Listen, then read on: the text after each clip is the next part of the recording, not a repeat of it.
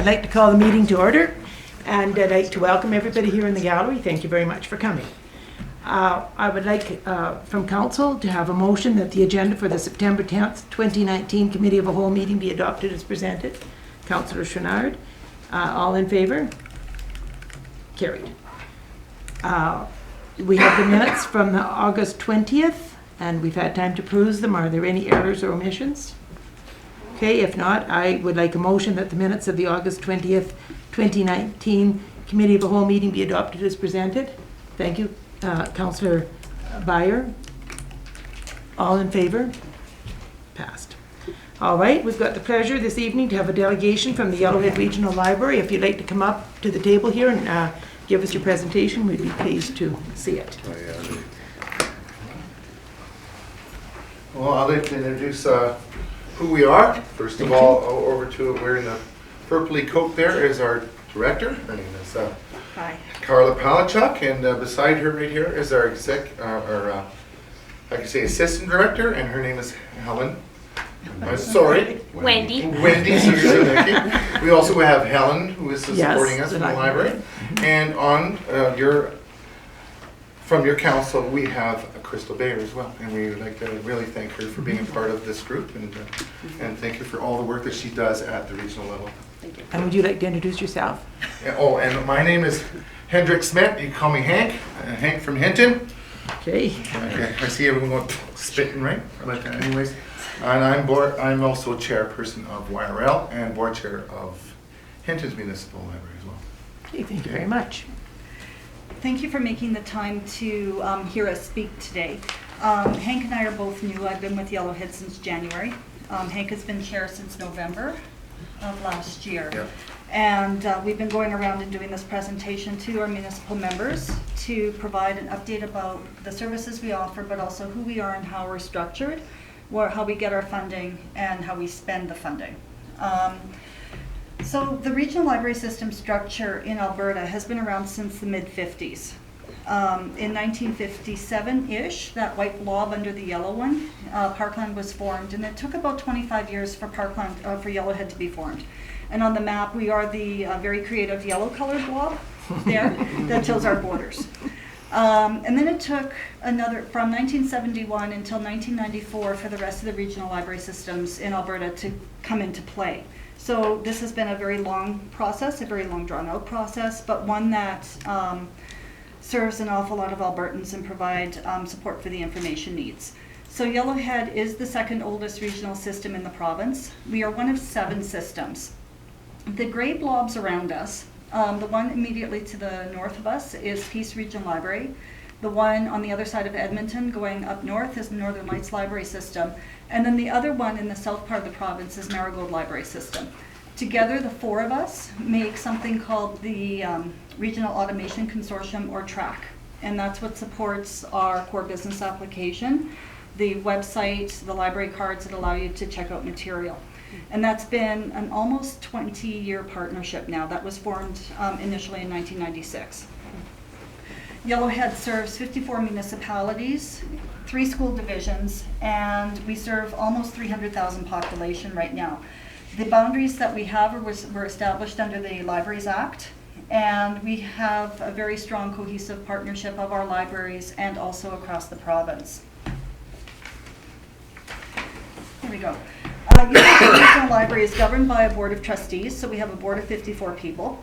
And out of that, we have a executive of 10. The structure, the powers, and the obligations of Yellowhead Regional Library Board is defined by the Public Libraries Act and also our Master Membership Agreement. So this is an agreement that's signed by all of our members. Trustees are appointed to our board, and then the board elects the executive. And that happens in November, so we're coming up to another organizational meeting then.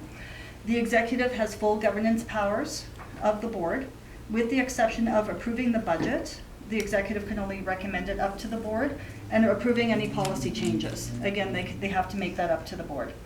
That's all I want to say about that. So in terms of our revenue, we're governed by the Master Membership Agreement under Schedule C. For 2018 and for 2019, the the levy charge is $4.30 per capita. Out of that, 75 cents per capita comes back to the library board for the purchase of materials. We are able to charge based on the most recent populations from Alberta Municipal Affairs. And so for 2019, the levy to Edson was just over $36,000. How we spend that is, I think, Wendy's going to speak to that part. So I'll talk to you a bit about how we spend the money that we receive. We are not a public library, and we do not like to duplicate the public library services. Instead, what we hope to do is reduce the staffing time, your library staffing time, doing things that we can help them with. So for example, we do cataloging, we do purchasing, we do material delivery, so that the interlibrary loans can come from other places to your library more easily. We get a better discount on volume purchases. So for example, libraries would get a 30% discount. With some vendors, we would get a 40% discount.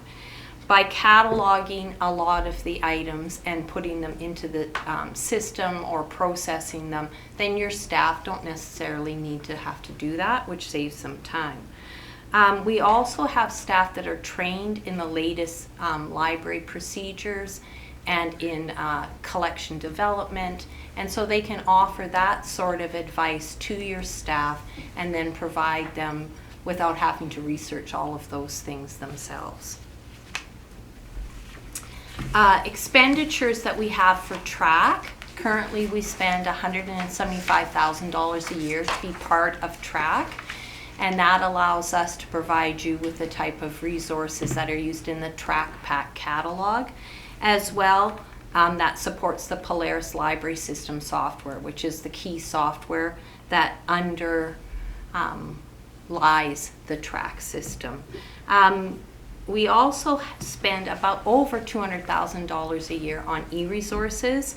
And so e-resources are the downloadable audio books, the databases like lynda.com, for example, that you as a patron can then go and access. They would be very expensive for an individual library to hold licenses for, but because we can get bulk licensing purchases, that way we can support them. There's all kinds of things. There's movies you can download off of the Hoopla platform. There's comics. There's well, I actually do like lynda.com quite a lot because it taught me how to do some work for presentations and how you could go about making a better presentation. So you can teach yourself those courses, and I know that even lynda.com for the private citizen was, I think, $40 a month, and your patrons can access it for free. So that's a good deal. Before Wendy moves on, Sure. I wanted to point out that $175,000 for TRAC, that's only 1/4 of the cost, because we share out those expenses with our TRAC partners, and we divide it out by population and by, so it comes out to roughly 1/4 of the cost, because we're very close population but to Peace and to Marigold. So if we were to try to recreate this, we're looking at a significantly higher outlay than money. It's one of the benefits of the partnership that working collaboratively can bring. The other things that we do for expenditures are we subsidize the cost for the SuperNet connections, which your library is using currently. So the SuperNet was the project by the province that allows the fiber optic cabling to the library. And it's a secure and stable fast internet connection. We also provide some of the equipment that's used on the SuperNet, such as the 40-gate devices. These are all routers and switches that help to maintain security. And as a matter of fact, they are going to be switched out fairly soon with the latest ones, which is some cost that you wouldn't have to buy because of that. And the biggest thing, as we are hearing from auditors and bank people that we've just been meeting with, cybersecurity is huge. And so all of these devices help to keep your network and our network clean and safe from hackers. We also have managed websites for the library. So for example, edsonlibrary.ca, just a few little tidbit facts. In 2018, you had almost 5,000 users create 8,500 sessions. and looked at about 24,000 page views. And just this year, you've already done fairly well. In 6 months, 3,000 users have created about 5,000 sessions and looked at about 18,000 pages. So it's great. Your users can come into the library. They can use a wireless access point because that's all set up, so they don't need to, they can use their Wi-Fi. And so far this year, you've had about 28,000 sessions for that with your users. And through Yellowhead, Edson is also a member, of course, of TRAC, but also of the Alberta Library, which allows them to get interlibrary loans and resources from the universities and colleges. If you weren't a member of Yellowhead, you wouldn't have that privilege. So then the other part of expenditures is just the collaboration. So working with people to plan programs or space planning or policies. We often get requests from the libraries, what do you know about this? And we can share that knowledge with them or direct them to the right person to talk to, say in the government. I know Helen and I have had a few calls about that when we're trying to deal with government courier issues. Who do we talk to? We provide training support for your library trustees that come to visit us. We have a lot of kits that are used in programming, so they can come here and borrow them, or rather to our headquarters. We send them out on our van run. You can borrow them, you can use them in your library. We have a conference that's coming up in about a week's time. There'll be a lot of professional development opportunities. We do a lot of advocacy. That is, these two have been on the road advocating on your behalf for libraries and public library funding. And we also allow you to be part of the Me Library Card experience, which means that you can go into any public library in Alberta with your regular card and be signed up there and then take items out. So you go to Edmonton Public Library, you can use it there. That's been one of the things so far. In 2018, you had about 180 checkouts on a Me Library card, which is great to think that somebody will go up and do that kind of thing. Good. Next part is actually mine. Again, it deals with plan of service, or basically what you guys deal with is strat planning. Okay, we actually do run a strat plan as well.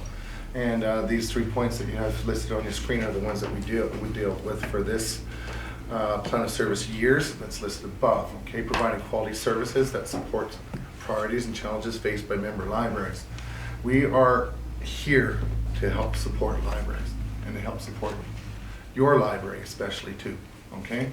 And if there's anything that we need to do better or that we are doing well, we would love to hear from it, okay? Strengthen organizational capacity. Just this past, well, you don't know about this, I don't think, Crystal, yeah, but you will when you come to this month's meeting, is that we had an organization review at our headquarters, which have never been done. We can't go far enough back to realize when that was, and so we found out that there's some holes that we need to fill and some directions that we need to take. And so it was very helpful, and so we basically dealt with the second point of this one already, but again, only at the very cusp or beginning of it, and it's going to be a work through for the next couple of years to see how we can make things better. Next one, we do want to show our value to your stakeholders and what we do. I know in Hinton, when we presented there a couple of weeks ago, if you were going to branch out on your own in Hinton at a population around $10,000, it would cost you about $76 per capita. And that's only for the base ILS or the library system and the e-resources. We're not even talking about the other books and stuff like that. We are stronger when we are together. We can go to Fort McMurray and get a book out. We can do what we need. And so part of the whole agreement is to share resources. And so that's what we like to do. Okay? Next slide, please. Okay, now comes the money part. Okay, in the last 11 years, we have never raised the rate. It's always been $4.30. Again, we are going through some changes as well as we're doing financial reviews, and we're finding that doesn't seem to work. I'd like to know when the last time you guys raised taxes for your, And if it's before 2009 or not, I don't know. I'm pretty well certain it probably isn't. But again, we are asking for a small raise. It's 1.5% this year and 2% the following year. What this does, with your population of 8,414, for next year, it will increase it. Okay, what is the increase? $757.26. Okay, but again, for the following year, it'll do $1,346.24. Okay, so it's a small increase, but I hope it's manageable within the town's figures. One thing, we did not have to come, according to our membership agreement, these are still cost of living increases, and so we did not have to come in front of you. But again, I wanted to see who these people are. I knew a few of them from before, being so close, but and since the change in leadership, it has happened both at the board and on the admin side, that would be nice to talk to you guys about this, and we know faces and who we're dealing with. And so, yeah, as this is our presentation. If you have any questions, you're welcome to ask them now. Okay, well, thank you very much. Very informative presentation. Councillors, do you have questions? Yes, Mayor Zahara. Thank you very much for your presentation, and I really give you guys kudos for holding the rates for that long. That's nearly an impossible feat for any organization. So what I see here is very manageable, and I look here, we're getting a heck of a deal compared to some of the other library boards that are in the province. When I look at Northern Lights compared to your rates, I think we're getting a great deal. So thank you very much for your work on that. What I would like to also add is that these numbers are only what the municipalities pay into the region. That's the only amount of funding that Yellowhead and Parkland receive, is only for municipalities. For the other 5 regions, they get a matching amount from their library boards. So from Northern Lights, it's not just 814, it's also another 814 from the individual library boards themselves. So they're getting closer to $16 per capita. Hmm. So imagine what that does. Basically, the library board has to come in front of council and ask for another $8.14 per capita to cover that. Really? So that's why in Yellowhead and Parkland, we're asking the same people, right? Yeah. So. Yes. Yeah, thank you for your presentation. I'm going to ask the question, how have you managed to keep it so low? What are you doing differently? Several things. We've been very lucky over the last 5 years in that we've had significant population increases around Spruce Grove, Stony Plain, Leduc, Beaumont. And when that drives up the population, that drove up some of the income. So that has helped, was the increase in population, no doubt. The other part was incredibly strict financial controls. Everything is checked and double checked, and if we don't have to buy something, we haven't been. We've also been very lucky in that we got some infrastructure grant money to replace the guts of the building, so to speak, and that's had us save some utilities and energy and expense costs that way as well. So we have some really strong financial controls in place. And we're here to serve the members, and we recognize that, you know, this is the money, so make it work. And partnerships. We couldn't have done this without the partnerships either. Thank you. Councillor Chenard. Yes, actually, thank you for showing up here. Yes, the small increase, it's been, I forget how many years, it's been many years since you've increased it. But I think part of it is the province still giving you the funding, and you know, over the years they've always increased it. The matter which government, they recognize the importance of the library. So are we still getting a small increase every year, and they have tried to cut funding? I'm hearing in other provinces and that they've been grumbling about cutting funding. So right now, I think our library is still good. Well, I'm going to answer that in 2 parts. Okay. Yes, we still get the provincial operating grant. Right. That is slightly higher than what we get. It's $470 per capita. That is tied to the 2016 population. So they have not recognized the population growth. Okay. So that part is there. The other part about what's happening currently with our funding situation is we don't know what the budget's going to say. We don't. There was the article that hit in August about the 50% cut in funding. Every time, almost every year, the government, regardless of which one, has always provided in advance to library boards if they knew that the budget was going to be late, of somewhere between 50 and 75% of the total budget costs. We are not anticipating that there will be further cuts or any cuts to the library budgets for the 2019-2020 operating budget. We have not gotten any indication from Public Library Services Branch that that is the case.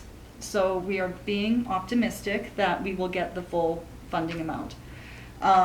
Will we end up with a cut? Maybe 10%, don't know, because we haven't seen the budget yet. So we're all in that same boat about what's the provincial budget going to come down as. But indications from PLSB so far is we don't have to worry about the funding. So we're hoping. They've also given us an increase in an Indigenous Services grant as well.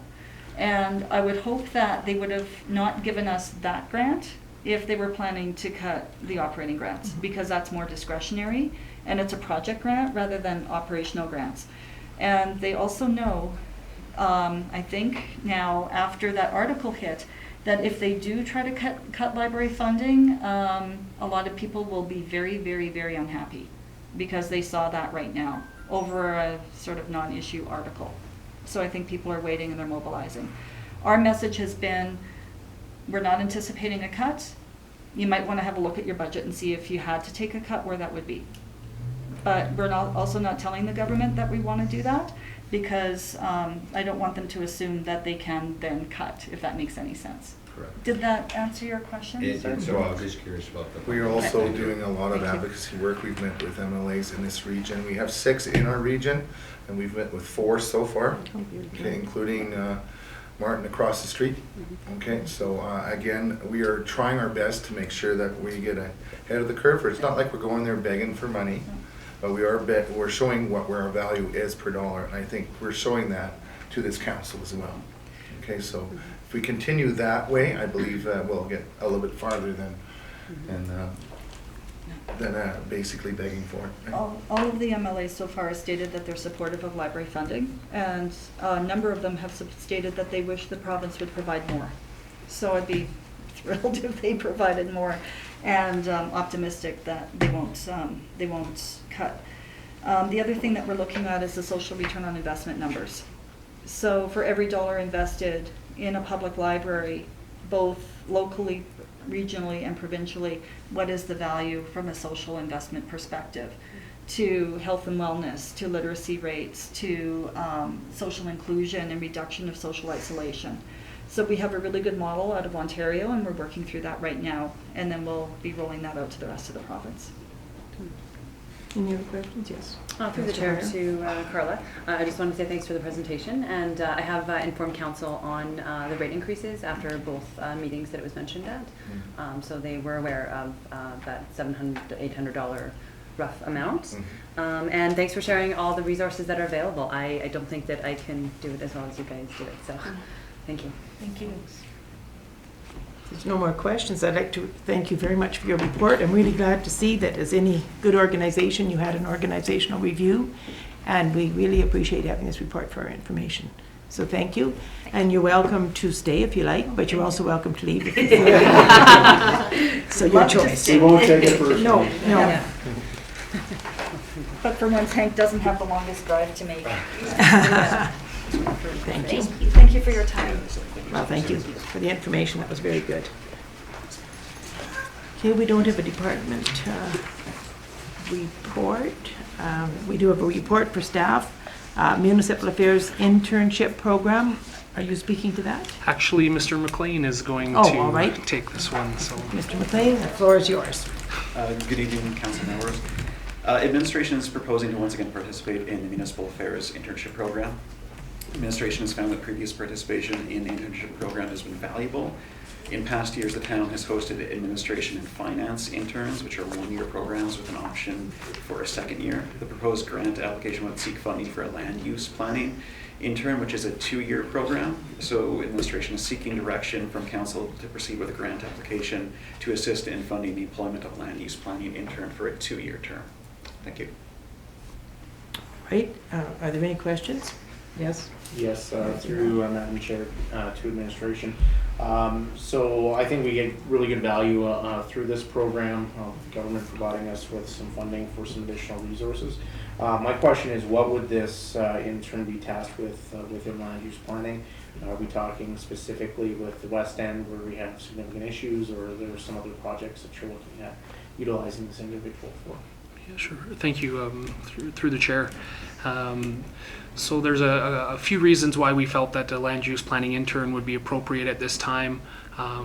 Partly we have had previously an administrative and a finance intern, and so we felt it would be a good exposure both for an intern and for the organization to experience that in the planning department.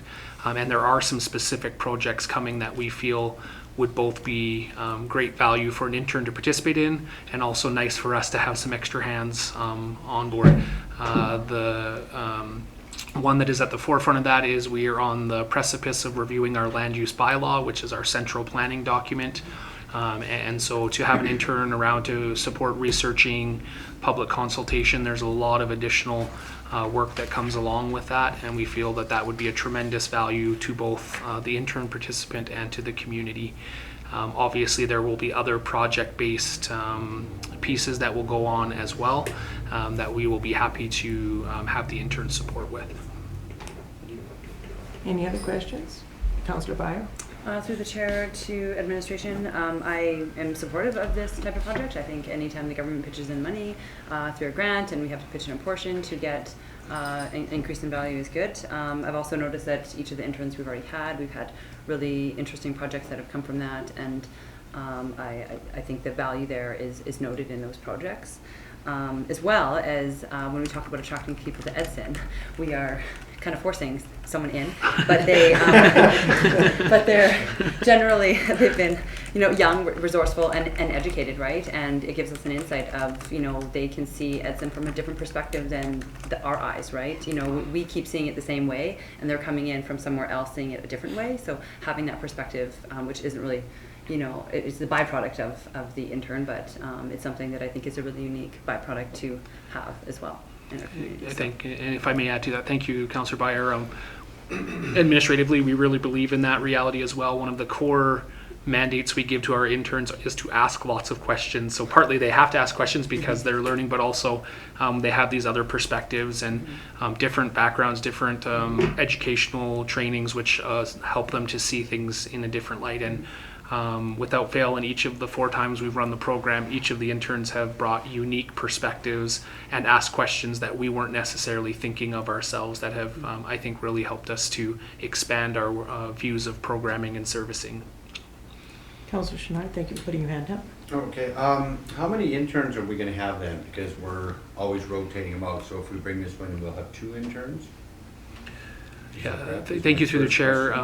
Yeah, so the way that has transpired so far is each of the interns has been approved and stayed for a 2nd year. So at any given time, we've never had more than the 2 interns. As one final year expires, we would bring a new one on board at that point in time. So Mr. Passy, who you're going to hear from, I think, later tonight, his 2nd year would expire as the next intern was coming on board. You have a further question? I just had a second part. I just wanted to know how many. I see the value in the intern, so this new intern is going to be a special project intern, is that, or am I hearing wrong? They would be specifically assigned into the planning department, and they would have to have specific educational training in planning disciplines. And so they will still get a chance to be exposed to the entire organization, but I would say approximately 80% of their work would be done inside the planning department, similar to the finance stream where Mr. Passy spent the vast majority of his time working inside the finance department, but still had a chance to kind of poke around in a few other areas as well. Any other questions? Yes, Councillor Sorensen. Through the chair, yeah, I'm in full support of this program. I think it's great that we're trying a new area for land use planning, and I also see the benefit of having fresh eyes from outside the community come in and give input to our organization and how we can do things better. Thank you. Councillor Curry. I'm also in full support of this. I think that an example with Mr. Passy, lesson, it's a good word, was just during the bargaining process, seeing with the collective agreement and with the land use bylaw, knowing that we really do need to get that updated and we need to get it done well so that we are a welcoming community for any kind of development. I think the ability to have somebody that is specialized in that, an intern in that department at this time can really speed up that process and get us where we need to get with our bylaws. Yeah, so, and if I may add, administration certainly wouldn't argue with council prohibiting the next interim from being named Mike. That is No Mike. certainly something that we would understand. But just one further comment is I think this is also of great reputational benefit for our community. We've been very successful in hosting internships. There's only a handful of communities that are generally successful. We've worked really hard to live up to the program, and so it would seem that they feel that we're doing a nice job, and I think that that is something that does certainly not hurt the profile of the community at the provincial level as well. So. Okay, no other questions? Thank you very much then, Intern McLean. Okay, thank you. All right, our next item is under infrastructure and planning, landfill condition update. I'm going to declare conflict. All right. Councillor Chouinard is declaring a conflict.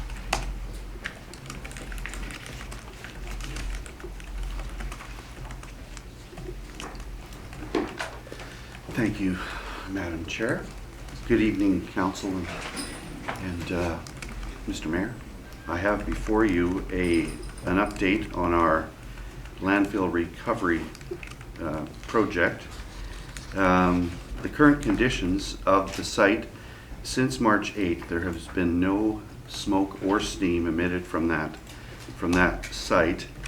As well, our fire specialist from Vancouver has declared, not through the amount of rain we've had, but actually through the monitoring of the gas probes on site, that there is no more combustion happening down below.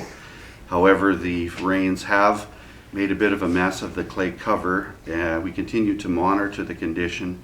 It's been difficult to get in to do any kind of major repairs up there, so we may well include that as part of the construction of the new cell, which I'd like to segue into right now. Is ongoing discussions with environment have included basically the determination of whether this next cell will be a vertical expansion of a former place where we landfilled, or if it's a lateral expansion to the place where we have not yet been.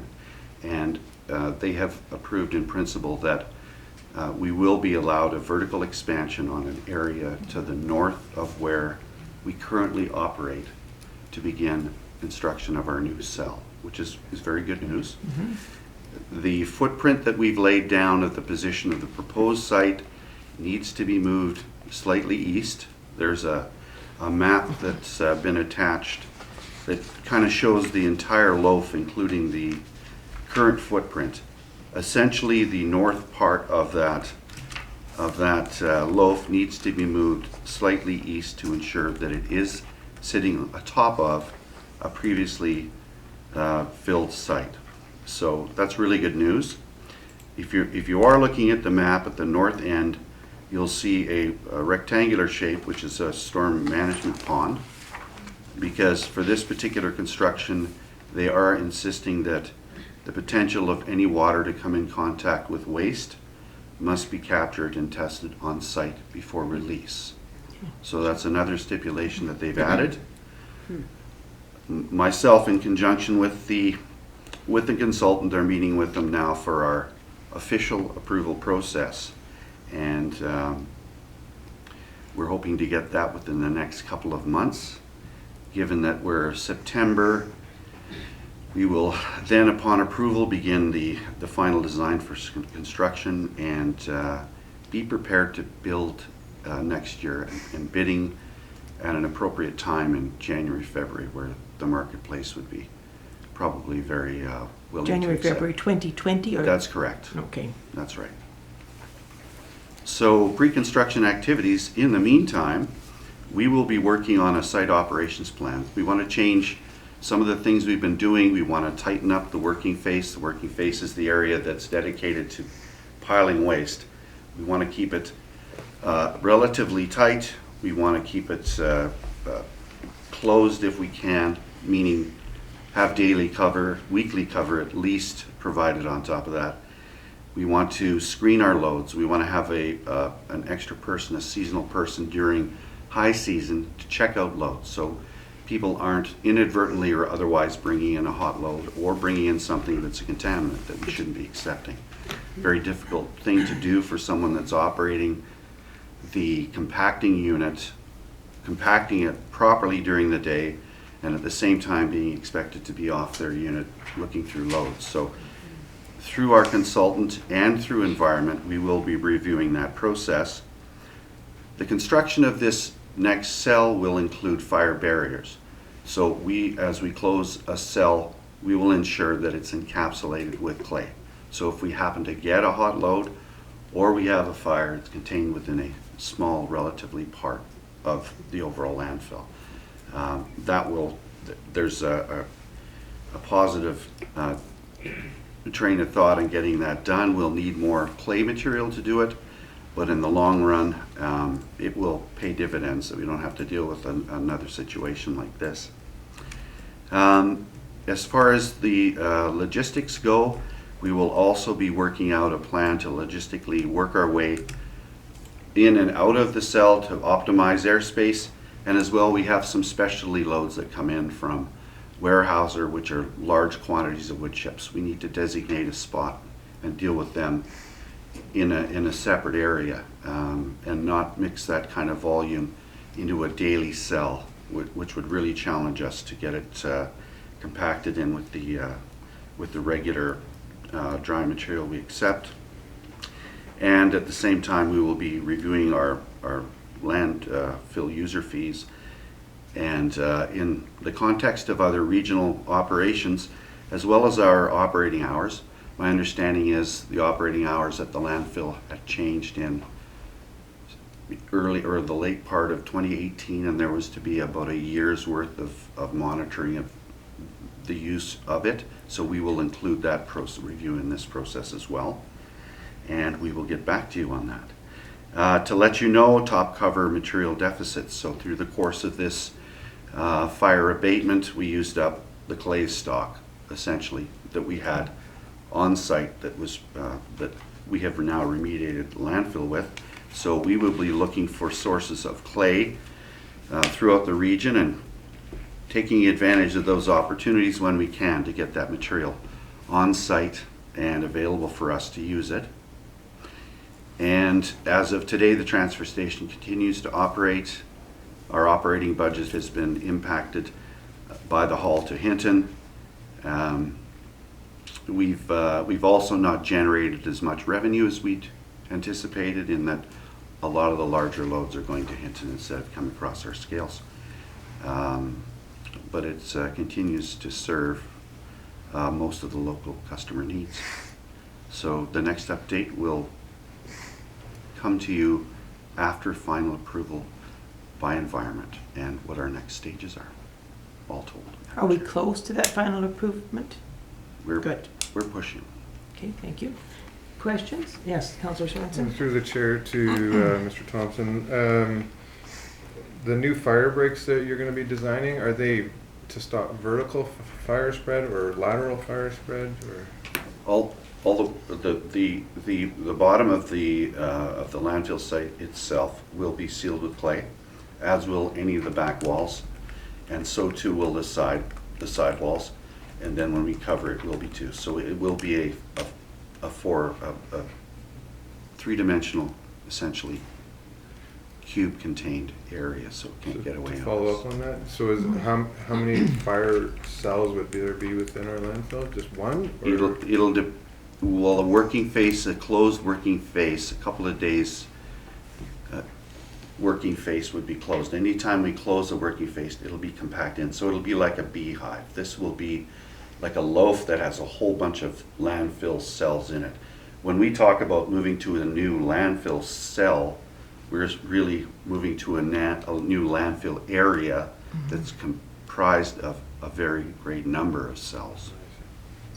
Thank you. Any other questions? Councillor Byron? Through the chair to Mr. Thompson. What kind of wood chips do we get from Weyerhaeuser? Are they treated wood chips or non-treated? Through the chair, Weyerhaeuser uses wood chips to fire their operation, and as they go through their pile, they end up with residual at the bottom of the pile that haven't got. It's mixed with dry material, rocks, debris, that kind of thing that isn't suitable for them to burn. So, you know, there's no contamination involved. It's just the quantities that come to us on a weekly basis. So typically when high season they'll bring us 10 to 15 loads on a Wednesday. What we're gonna have to work out with them is a little more of a stagger in the delivery. The volumes is fine. We just need to get it on a more regular, workable delivery system and schedule. We'll work with them and figure it out. Councillor Swanson, I believe you had your hand up. Oh, okay. Mayor Zahara? Thank you.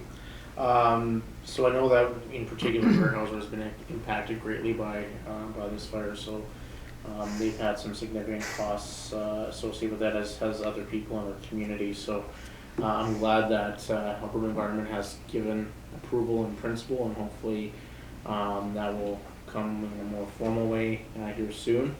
My biggest concern is when we're looking at construction next year, through to administration, where would the funding come from? Which reserves are you looking at? And how are we going to deal with that implication? Because there's going to be some significant costs coming to us here in 2020. And what communication have we had with our partners here in the county? Thank you. I'm assuming, Martino, you jumped up because you had something you'd like to say at this point?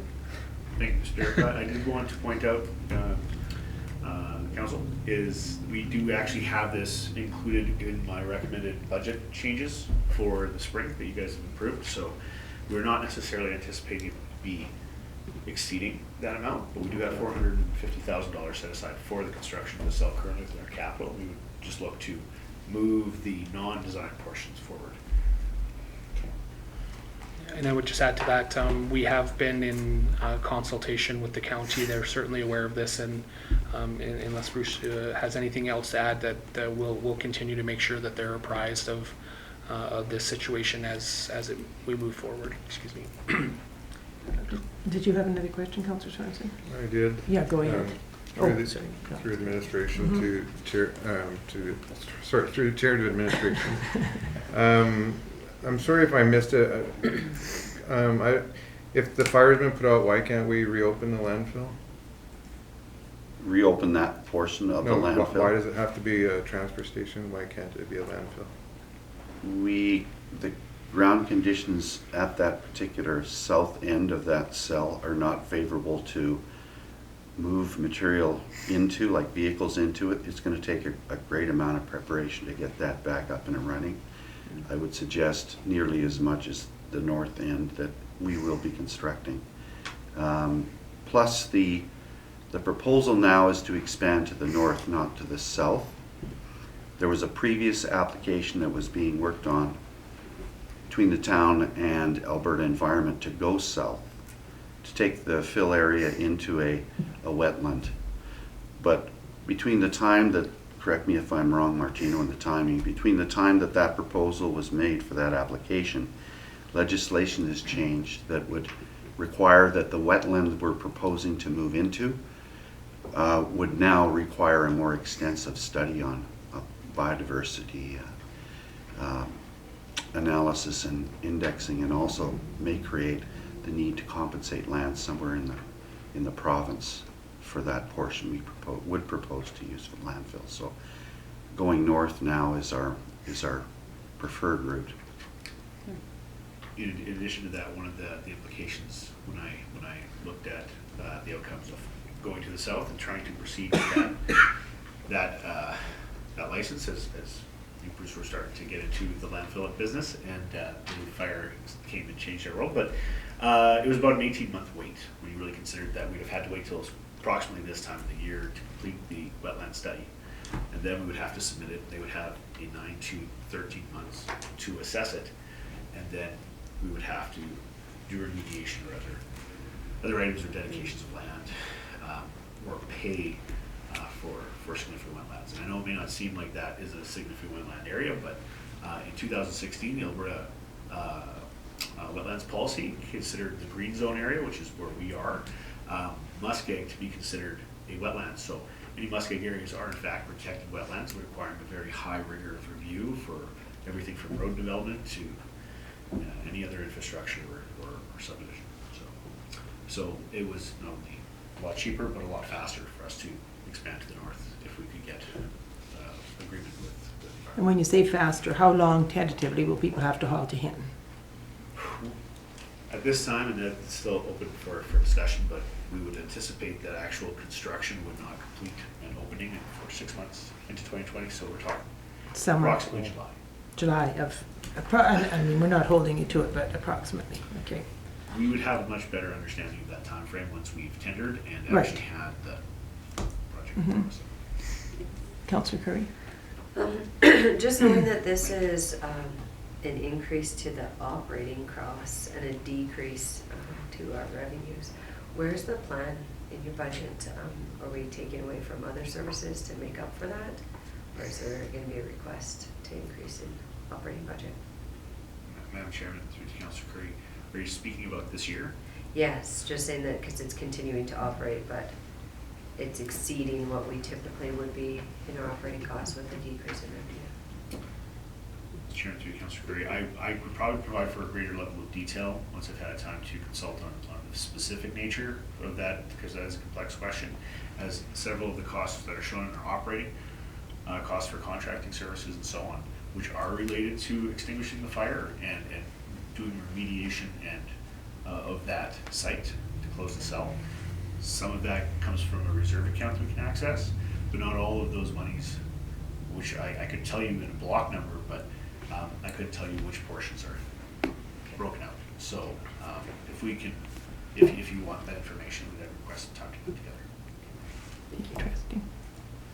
Okay, it's a, oh, sorry, go Oh, ahead. you have No, I was just Okay. going to actually joke and wonder why the government would think that water was touching our waste this year and make you have a catchment area. I just don't understand that. Go ahead. Yeah, I'm very interested, further to what Councillor Curry said, is understanding how much this is gonna cost us. We're continuing to transfer to Hinton, which has led to significant costs. I would like to know what those numbers are gonna look like moving forward. As well as you mentioned, you're doing a review about, hours of operation. I still get a lot of feedback that Sunday being closed is a huge detriment to many people in our community. And I would like to have a further discussion on that issue in particular. Most people are doing their home rentals on the weekends and that sort of thing, and it's caused a lot of grief for people in our community, so. I concur with you on that. Definitely. Councillor Sorensen? From through chair to administration, the new cell being proposed, what a lifespan will that have? How many years will we get out of that? Yeah, it's around 11 to 13, 15 years. Madam Chairman, to Councillor Sorensen, we were projecting 11 to 13 on waste consumption. I would hazard that it's actually probably a little bit more, separating out into a separate area of warehouse or waste, because that is a significant volume. So if we do the effort and the work to put that to a separate area and do that separate management successfully, that it should also extend the life of that site.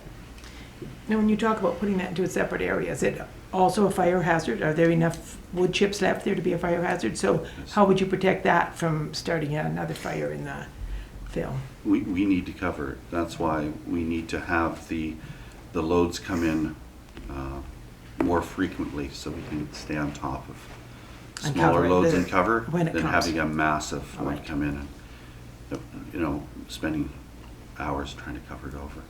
Okay, thank you. Councillor Bryan? Through the chair to administration. So if Weyerhaeuser's bringing their loads in and we're putting it somewhere else, where is that somewhere else? There's a large area where we'll be setting this up, so it's when we say it'll be somewhere else in the working zone within, 50, 100 yards from where we're working, just a different designated area away from where the regular traffic comes in and drops their stuff off. So there'll be a special site for them. They need an area to turn around with their trucks as well, which has been a bit of a problem in movement in the past up on the top of the woodpile in the past. So we're going to make it so that they've got an easy in and easy out, and it doesn't interfere with our regular users. So when we mean somewhere else, we mean within the approved area. Any other questions? Well, thank you very much. Obviously, it was a very important report because you had lots of questions from us. So thank you for being able to answer those. I appreciate it. Good to see you all. And I guess you two can stay or go as well. All right, under corporate services, we are going to have a report on the multiplex. Would Madam someone Deputy mind Mayor, getting we just Councillor need- thank Chenard? Okay, we'll have a report on the multiplex facility tax implications first, and then look at, do it on communications. I guess, yeah, I'm trying to just imagine it in my head, right? I imagine you're the one doing tax implications. Ms. Bittner? Trying to be high, you can sit hands piled on top of each other. That's kind of what We're I'm just thinking. doing this, tax implications. No, don't say too much. Good evening. Tonight we'll be presenting a two-part presentation on updates to the multi-use facility. First part will be looking at the tax implications. Based on Council's direction and the survey results, we showed some concern about the initial tax implications that we had shown. I'll be handing that over to Mr. Passy to present to you our findings on a proposed revised funding model for the multiplex. The second part of the presentation will be an update on the communication strategies going forward and also looking back at what we've done to date. So I think I'll turn it over to Mr. Passy to show you the presentation that's been prepared for you. So this first part will follow pretty closely what is within the agenda package and that memo that's presented there.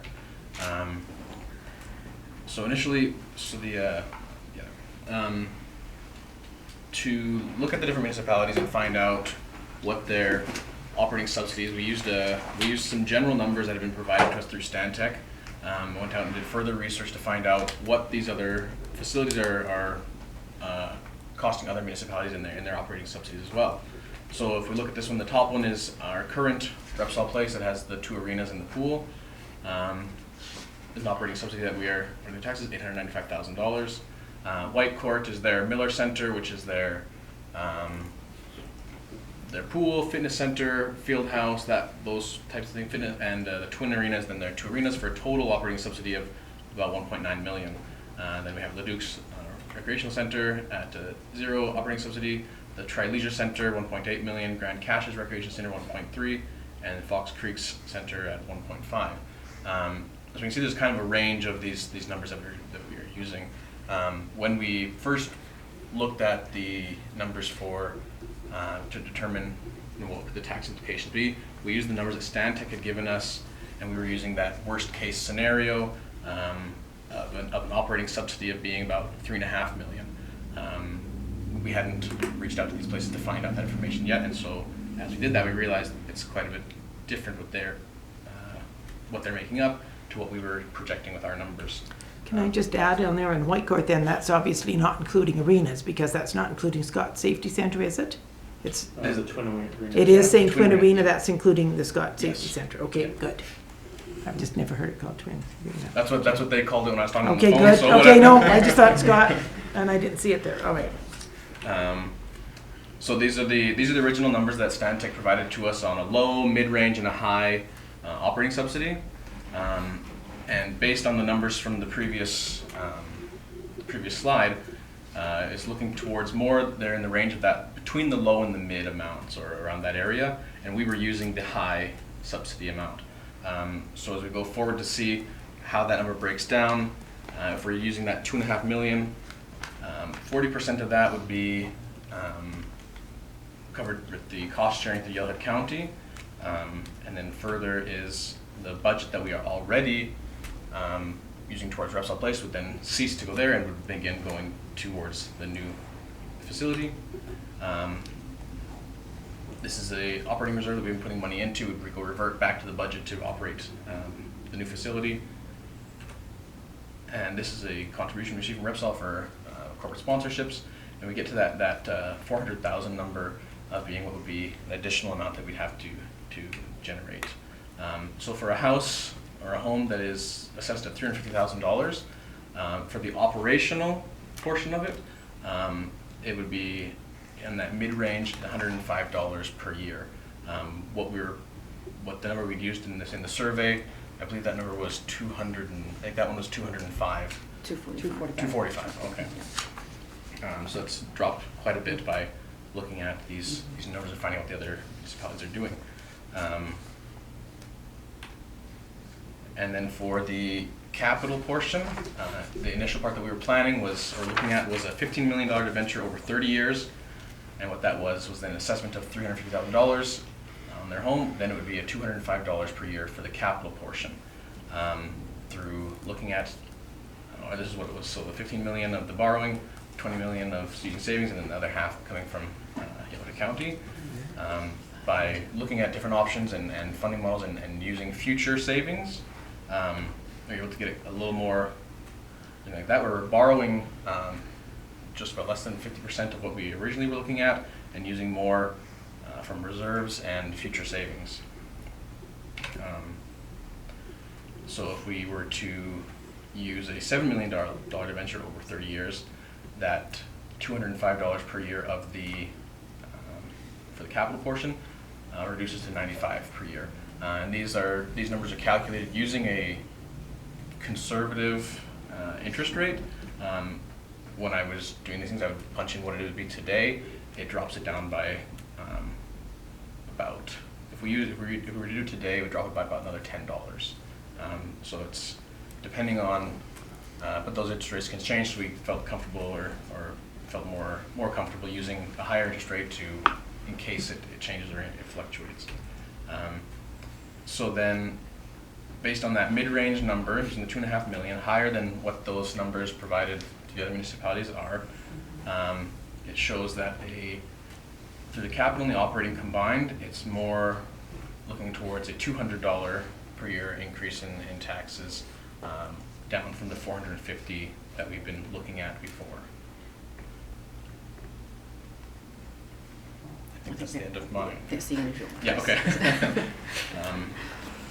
And so obviously we would continue to look at more options and more cost-saving measures that we could do, but as of right now, this is what we have been able to look at and analyze it down to and come up with these figures. Any questions? Yes, Councillor Curry? I have a few. First of all, I want to know how the Duke has 0 operating subsidies, and how do we do that? That one, they. So when you look at if you look at Edson, for example, if you wanted to go skating at a public skate, it's per person is $2 to $4. In Leduc, it's $9. But you get access to the entire center for the whole day. A family skate in Edson is $9. A family skate in Leduc is $20. But again, you get access to the entire facility the entire day. Also, Leduc has quite a bit larger population surrounding it. They have Leduc County, there's Devon nearby, South Edmonton if they decide to go there, the entire county. Beaumont is right nearby as well. I think, if I may add to that, we would need to confirm this, but when we toured there, another significant contributor to that is they have several large commercial leases in their facility as well. And so when we look at the rental part of their revenue, it's quite high. We'd have to get some additional details, but they have, for example, a physiotherapy clinic, which I'm assuming pays a market rent. They have several private food service providers that pay a market rent. So certainly things that we were very interested in as well when we saw that. But there is implications in terms of the cost to the users, as Mr. Passy suggested as well. So. Councillor Chenard? My question is where you brought the cost down, where you said we were going to cut and save from other departments. Do we have any example of what we're cutting for? Because, I mean, right now we try to run a balanced budget with a very slow increase. So anything we're cutting means something's going to be lacking. No, it's not cutting, but using future savings. So funds we received through revenue sharing, be using more years out towards that, or readjusting some different, but it won't be cutting any budgets to any departments. Well, my only concern when we say doing additional saving and stuff, and we're looking at that, and we take for granted the amount of revenue sharing, which I hope, and we have a great agreement happening, but if that gets changed, because as the world changes, it goes up and down. So I get very nervous when we say we're going to use and save from others, because we do have operating expenses in the town. I do appreciate the fact where you used examples from other towns. And I guess my closing thing, do we have any idea what the annual membership fee will be to an average family to use this new facility? Have we gone that far? Because we're looking taxes, but also user costs that each person has to factor in. Or is that too soon to ask that kind of question?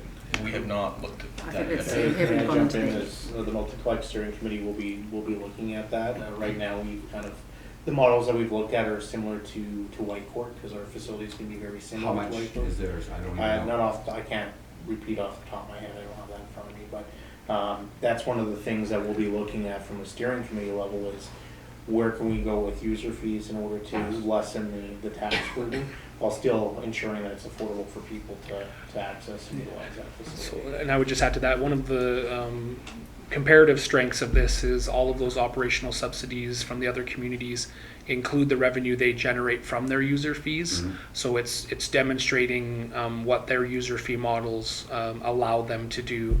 And for example, Leduc's user fees being quite high, but then we can also see the operational subsidy is quite low. The other communities seem to take what I would say is a more common model, which is perhaps more accessible on a user basis, but then there's tax subsidy implications that come along with that. But we're certainly comfortable that this approach will allow us to generate a user fee schedule that is manageable. Councillor Byron? Through the chair to administration, thanks for bringing back some alternative ways to reduce the costs. I was doing some research earlier today on the different multiplexes that you guys have listed, and I was really quite interested to see how much some of them offer, and then when you compare that with their operating expenses and what they pay, and now we have this new dynamic with user fees included in that. It was really interesting to see that. I would even be curious of one step further on what operational efficiencies can they gain as we're building, right? If there's a little bit more we can put into our capital to save on our operational, then that's something that, our operational costs outlive the capital costs, right, of that. So I'd be interested to see if there's any way we can save even more operationally when we're in the detailed design phase, of course. So do we, sorry, another question, if that's all right. So following Councillor Chenard's inquiry about where the money's coming from, do we have a list of how much is we would expect to take from the revenue sharing agreement in the future years? Sure. Okay, so we were looking at a bit of a combination of the revenue sharing and money that we may already have in the reserves. The revenue sharing we would take, at the moment we're looking at using 2020 and 2021s. So it would just extend out for 22 and then some of 23s as well. So basically the same time frame as the project is expected to be built through. We have some monies in reserves that we could always put towards that, and then plan to replenish that at the end of the project. So we're actually using it rather than having it sitting in the bank.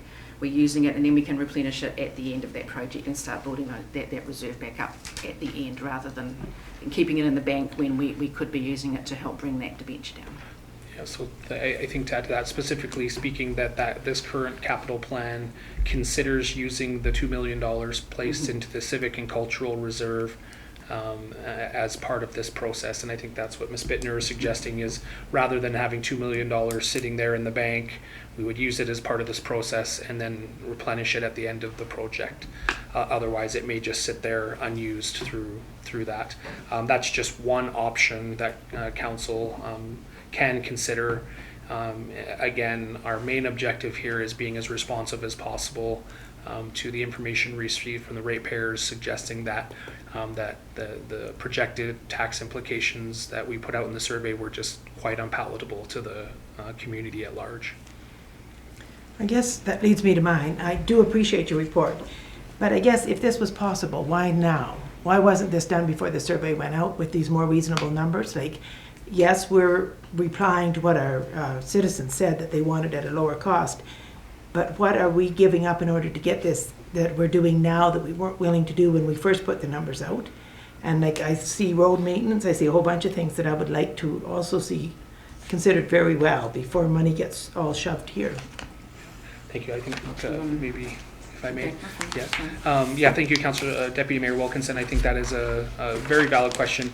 Yeah, so this any $1 million that is allocated to this rather than placed into reserves for other projects is just that. It means that we would have to consider doing less or different major rehabilitation projects.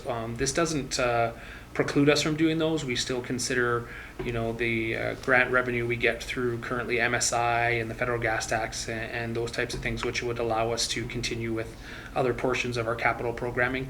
But it does reduce our overall ability to address other capital needs. That's what we're giving up if we are to spend more of our reserve dollars rather than go through a debenture. That really concerns me, like First Avenue, 6th, 8th. It really concerns me very much that those things may be given up. Councillor Curry? Can you just tell me where we're at and what you guys have been doing to go forward with the grant? I know, like, we have that big one, that's a substantial, huge difference, and just maybe if admin could talk to this and the steering committee could talk to this, because to me, like, I think we are at that point where we need to be really aggressive with that, and what is happening with that. Through the chair, the grant application is still in place and going forward. We have been approached by the federal government for more information on that, so it's definitely not dead in the water or anything like that, but it's also not, we don't know at this point whether we're going to be receiving that. So I always go forward with planning and doing a funding model with the assumption that we might not get that, rather than assuming that we're hoping that we will get that and bringing forward a funding model to you that, and then if the grant falls through, then it's no longer feasible. So the grant would definitely change all of this, but just to go forward, I have to show a funding model that doesn't include that, because we have not been approved for that grant as of this time. Yes, go ahead. Just follow up to that. Is there anything that we can be doing at a council level, at a MP level, all of that, to help with that process? I might pass that off to thank you. Mr. Diercott. Yeah, thank you. Through the chair. At this point, I would suggest not really, because it is in the program staffs. It's our understanding of it is basically been approved in that it meets the scope of the program and has been placed now for consideration for funding, and so at the federal government level, certainly you're welcome to mention that to our MP. I would just suggest that, quite frankly, he would have very little influence on this, where it's at in the scope of the project, or the grant program. Yes, go ahead. No, but you can carry on first. Go ahead, and then we'll circle around. I've got Councillor Byer too. Could we possibly, for this breakdown of reducing it to $7 million, would it be possible to see the difference in the projection of how that would look for our reserves? So typically we know with our cost sharing, roughly kind of where we're gonna put that into reserves. So if we could just see that, so I can see the difference of, okay, we'll have this much less in, you know, infrastructure reserve and such. Certainly, yeah, I can bring that forward for sure. Perfect. Councillor Thank Byer. Councillor Byer. Through the chair to, excuse me, administration. I appreciate getting the capital amount down to 7 million if that's possible, but I don't know if I'm quite comfortable to reallocate that full 2 million from the Civic Cultural Center reserve at this point in time. I think that's something that I would prefer if we have to do that to exhaust our other resources prior. We haven't decided what we're going to do with that reserve, but there's quite a bit listed in that name, and if the roof caved in tomorrow, we have to do something. If the library's roof caves in tomorrow, we have to do something, right? And I think both of those would fall under that, and our community missed out on an opportunity several years ago because we didn't have the money set aside for a project. And if there was something unknown that was going to come forward in the next 4 or 5 years, I don't want to have something scrapped because we at the first opportunity took money out of that reserve. So I would prefer to defer that to a later time. Okay, Mayor Zahara. So a few things. So on the grant application, my understanding is from our discussions with the province, we hopefully will hear back next spring in terms of where that grant is going to be, if it's approved or not approved. The way the grant program works is the province has to sign off and then forward it on to the federal government. The previous government was not forwarding on any applications. This government has been, and ours is still in the works, and my understanding is that's going to be forwarded on to feds, and they should be making an announcement hopefully in the spring on which projects are approved. And I think a lot of that will have to do with whatever happens after the federal election, which is going to be announced tomorrow. So we're kind of in an influx there. And I think we need to continue to exhaust other grant opportunities, as our council has discussed. We are still a few years out. I think there's opportunities for sponsorships, as we've talked about, getting a third-party consultant to raise those funds, looking at other grant opportunities. And further to Councillor Byer's point, I am not comfortable moving the $2 million out of that reserve for this project at this time because we don't know what opportunities or what situations are going to occur. If all of a sudden a building comes available to replace this building, and we need some money to do that, I want to make sure we have the ability to do that. If a building comes available for a theater and we're able to use that money for that, then I'd like to see us have that available until which time this project is closer to reality.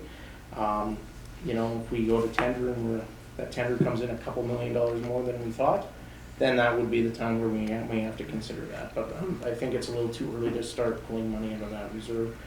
And then we also don't know what other infrastructure issues we may have in our community. It's nice to have some funds set aside without having to impact this project. So that's where I'm at this point. I think administration has done a great job in trying to address the concerns here, and I think we still have a lot of work to do, quite frankly, in order to lessen the burden on taxpayers. I'll come to you, Troy, but Sarah would just like to respond. Through the chair, what we're presenting here is if you like, a snapshot in time. Yeah. Obviously, we're still going to be going out for any grant opportunities that come up, and with regards to the $7 million, if the $2 million there is an appetite not to bring that into this project, I think we have in our memo here, for every extra $1 million of debenture above the 7, it would add about $15 a year. So if we were then to debenture $9 million, it would be $230 a year. So that just sort of just to give an idea of that impact of that, just so you're aware of that. But obviously, this is just as I say, snapshot in time. We're always going to be going out, reviewing, looking for grants, all the ones that we possibly can. Thanks for that clarification, Councillor Swanson. Thank you through the chair to administration. Thank you for this presentation. I think it shows us a lot of opportunities. I would like to see another scenario run.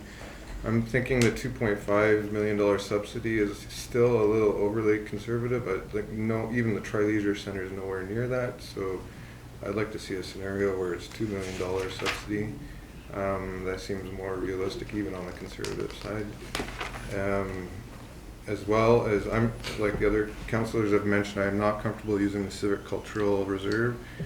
I believe it should be generating interest in our bank accounts, not just wasted sitting there. It should be generating interest, similarly to the interest that debt would be generating. Similar to Councillor Chenard's comment, I am worried about what projects would be left undone for the next 4 years. So I need to see that. But I thank you for the work. This is really useful information, and I'd like to see another kind of intermediate scenario if possible. No other questions? I'd like to thank you. That's a lot of work you've done. Thank you. Go ahead, Mr. Passy. I just realized I misspoke when I was speaking about Leduc. Just a misinformation. All right. I remember their family rate was not $40, it was $20, which would make a lot more sense based on. I think you said $20. Oh, did I say 20? I think you said 20. Maybe it was just fine then. The live stream later. In my mind, I said 40, and I realized no, that can't not be. So. Well, they have lots of seating room there with the fireplace and everything. Isn't that the one that they built on to before? It was really quite lovely. So it's a good buy for $20 a day. They can just go have a spa day. So, if I may just Yes. add before we move on from this, I think this has been recognized by council, but we certainly wanted to just demonstrate what was possible and try to also demonstrate the flexibility in terms of whether you were to adjust this in any number of ways, just the implications it would have, and really important that I think council just recognizes that if the cost of the tax implication to the residents is the major barrier, that we do have some variability in how we can approach and address that concern. There are, I think, a number of valid considerations that council has brought to the table, all of which are shared by administration, quite frankly, and that we will just have to work to find the best application of those many priorities in meeting this, I think, ambitious project goal. So.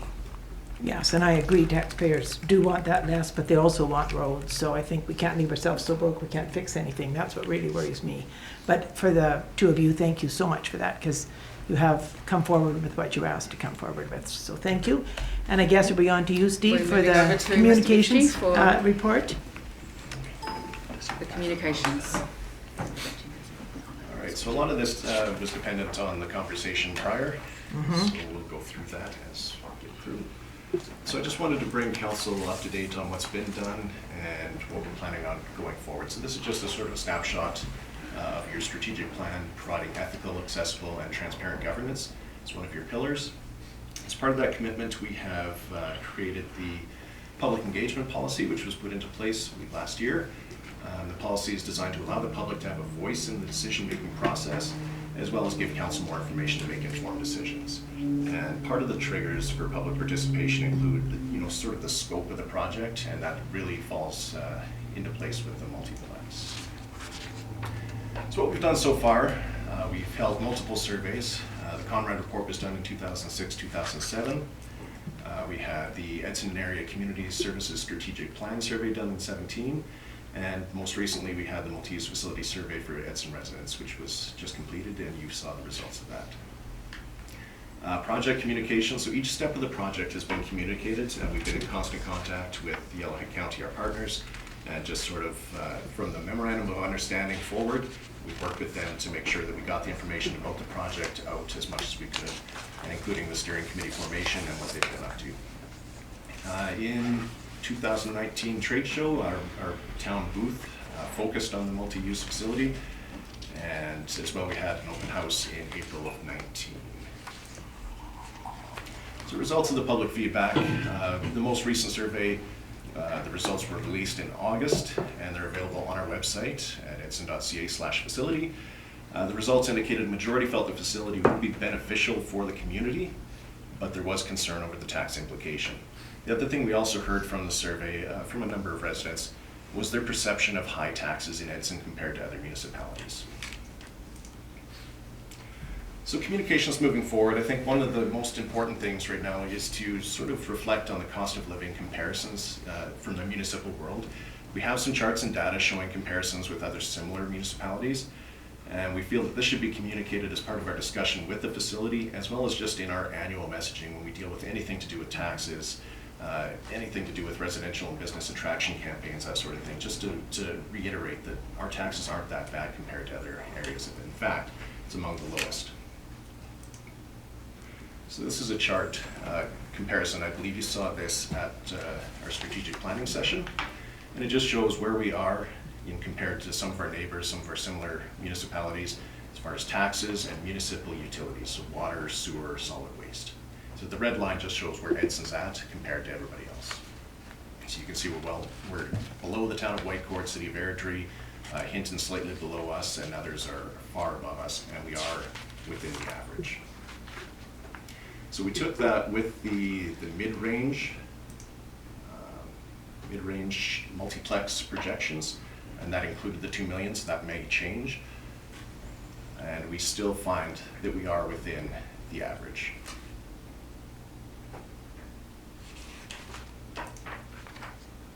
So other communications moving forward, just to update the tax implication estimates, and that's where I need to know from council where you're comfortable putting those projections out, whether we're going to use the mid-range with or without the 2 million, that sort of thing. And then we can add that to the website that we've developed. We can put out a press release and just sort of get that information out to the public. We also want to clarify that grant applications are in place and we are seeking grants and sponsorship opportunities, and just as well as the informational updates. So continue working with our partners in Yellowknife County to inform the public of what's going on throughout the process, detailed design, geotechnical studies, sponsorships, and steering committee updates.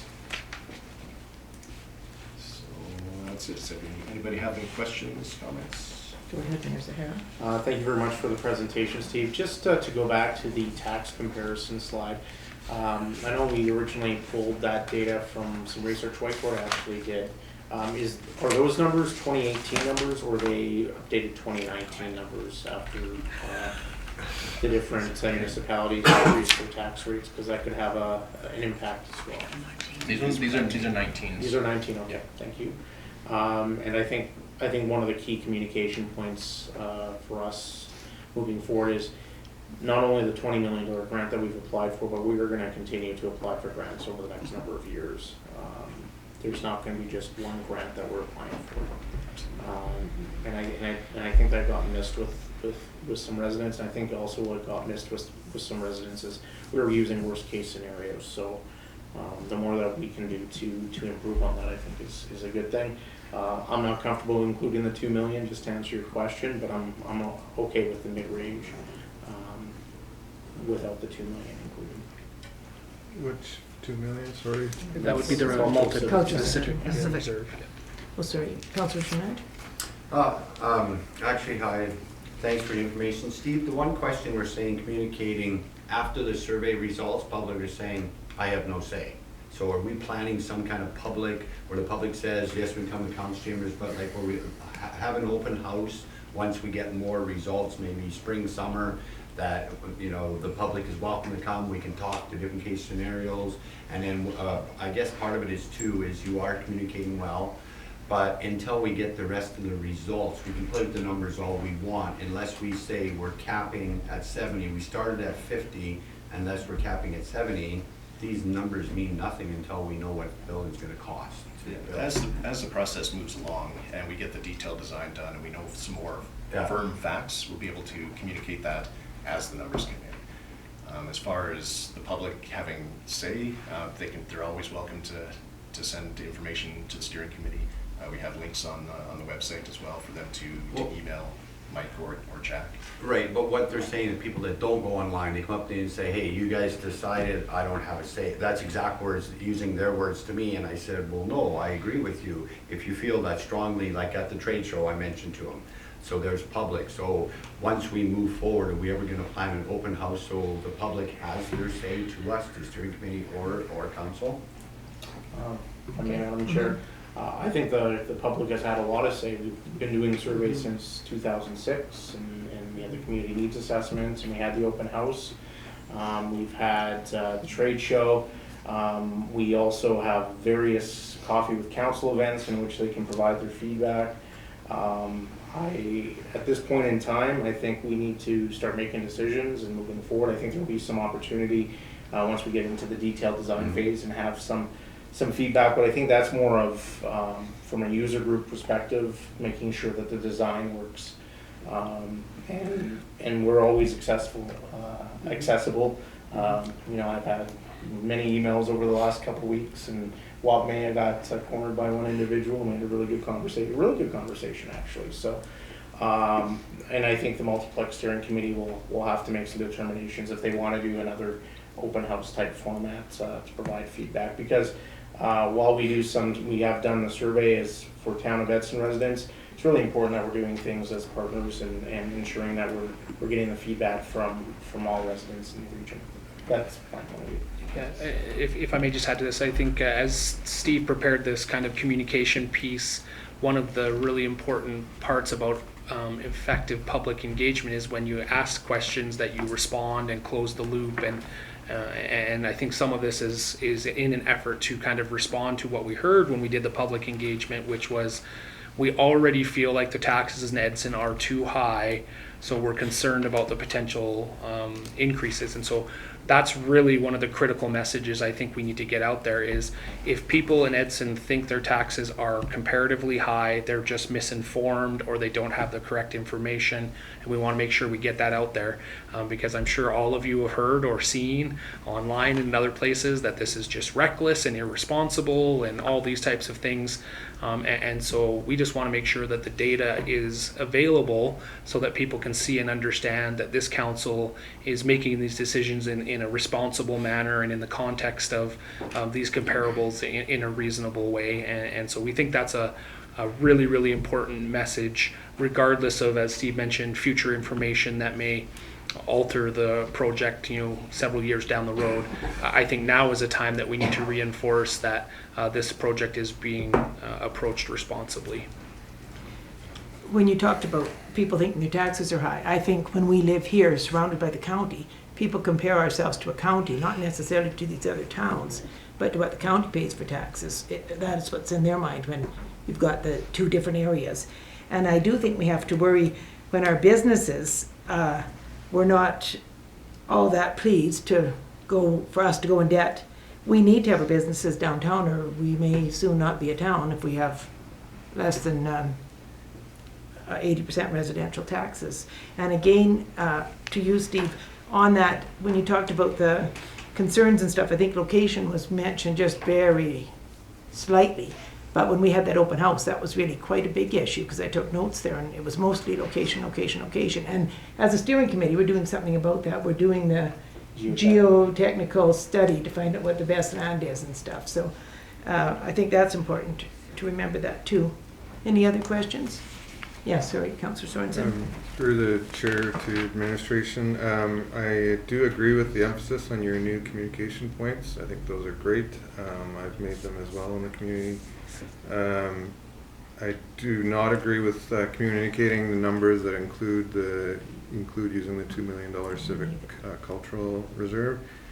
And I once again, just like I said before, I would recommend we use a $2 million subsidy number, operating subsidy number, rather than 2.5. I think it's still the highest number on that chart. And yeah, thank you. Any other questions?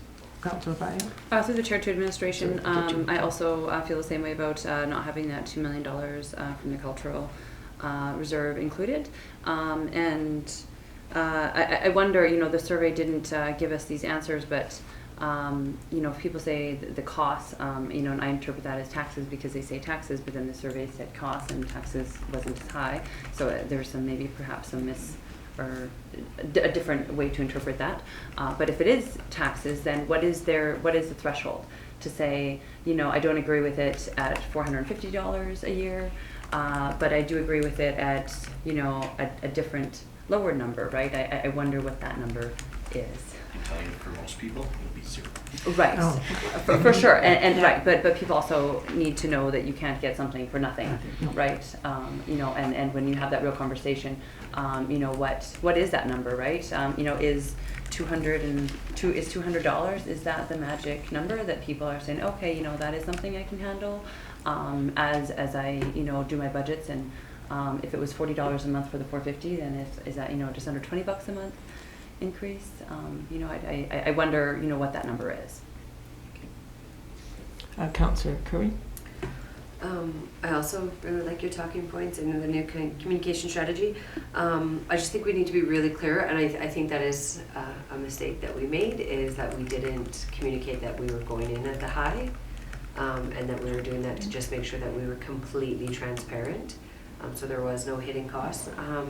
I would agree that I prefer the 2 million not to be included in that, but I do agree with Councillor Sorensen. Looking at the comparables, I think we are safe to go with the 2 million operating versus 2.5. And then just talking to what Councillor Byer just mentioned there, that question was in that second survey. Second, not first, not Conrad, the Edson and Area Community Strategic Plan.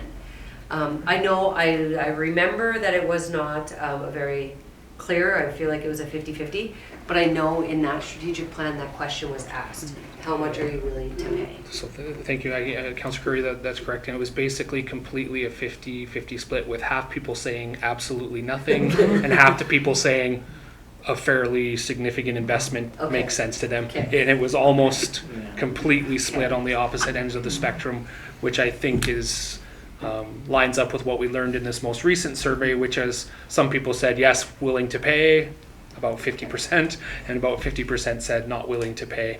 And I think it was a little bit easier for some to conceptualize it when we said willing to pay $450. That at least helped them to kind of get a feel for what that meant.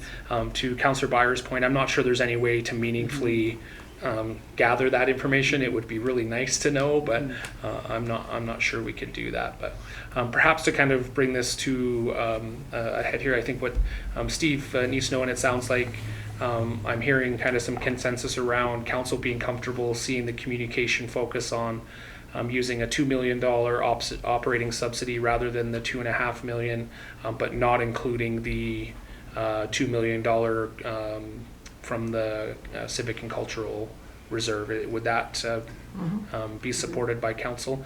Certainly we'd like to know that, because our intent is to move forward from this meeting and begin that communication effort. So, Councillor Curry? I support that. I would just also like that emphasis, as you did, Ms. Bittner, on the if we got $1 million, if we got a grant of $1 million, that will drop it by this much. So just making sure in that communication that like we're seeking grants and sponsorships, and with each $1 million, that cost will drop. It's just to have that in there, because I think that cost per $1 million is really helpful. Any other questions? Okay, well, thank you very much. Sorry, just confirm council's satisfied with that there? So, sorry. Through the chair to administration, I'm just wondering, how does this communication have to go through the steering committee, or do we just proceed? Yeah, thank you. So no, this communication is specific to Town of Edson tax implications, similar to how the survey was fairly independent. We will certainly be informing and sharing these communications with the county, but we feel these are unique to the Town of Edson. Thank you. Yes.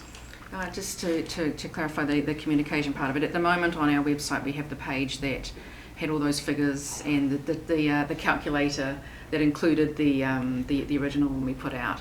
So taking what you've told us today with the $2 million operating and not including the reserve, we'll be updating that page with that information, just making sure that if their council's all okay with that. We'll update the calculator as well, so people can start seeing what it would be with this particular scenario that we're putting forward, if council's happy with Councillor Sorensen, it's out your hand first, sorry. That took my Through eye. the chair to administration, I just worry that all of a sudden in one day the numbers go from 450 to 205. So just keep that number somewhere in maybe a footnote or something, clearly stating we were using our highest expectations for this number. These are what we believe are more realistic numbers now and here. Through the chair, I'm sure we'll be able to incorporate that within that page as well, just to let people know why those changes have occurred or how they've occurred. For sure. Yeah, similar to I think what Councillor Sorensen said, that's my concern as well, and whether or not we leave the original calculator there so people can see the actual comparison difference from what, I don't know. I'll let you guys figure that out if you think that's a good or a bad idea. I think the only issue with that is it's going to confuse people. Yeah. So I think we just anything's have going notes to at this point. Here's what we had before. This was based on worst case scenario. Here's where we're at now, using more realistic, more fine-tuned numbers. Yeah. Steve, good. Any other questions? Okay, thank you. Thanks very much. So are you the lucky people to report on the utility rate date change? Or is that somebody else? That's me. Oh, okay. You have the I'll right just person stay. then. Good. Good evening again, Council. As administration, we're always reviewing the processes, and one that we've been looking at is the utility meter read, and seeing if there was a way to streamline this, and we think we've actually come up with a fairly good initiative to go forward with. At the moment, the meter reads are done sort of within a date range, 21st to the 27th, and depending on utility departments' workload, etc. And we're proposing that we bring this down to that they're always read on the last day of the month. And this actually helps, I think, a number of areas, both within the town and for our customers as well. The utility department will always know what date they're doing their reads. They can plan their workloads into the future as far as they need to go. And also we monitor our well production, the amount of water we produce monthly. And if we're actually doing the reads on the last day of the month, we can compare what we sold to what we produced. And we have a lot more streamlined reports on those from the internal side of it. From the external side, for our utility customers, they'll receive more consistent billing. What's happening now with that range, one month they might get a 3-week read, and the next month they might get a 5-week read on their next bill. So their bills are fluctuating a little bit depending on when we could get those reads done.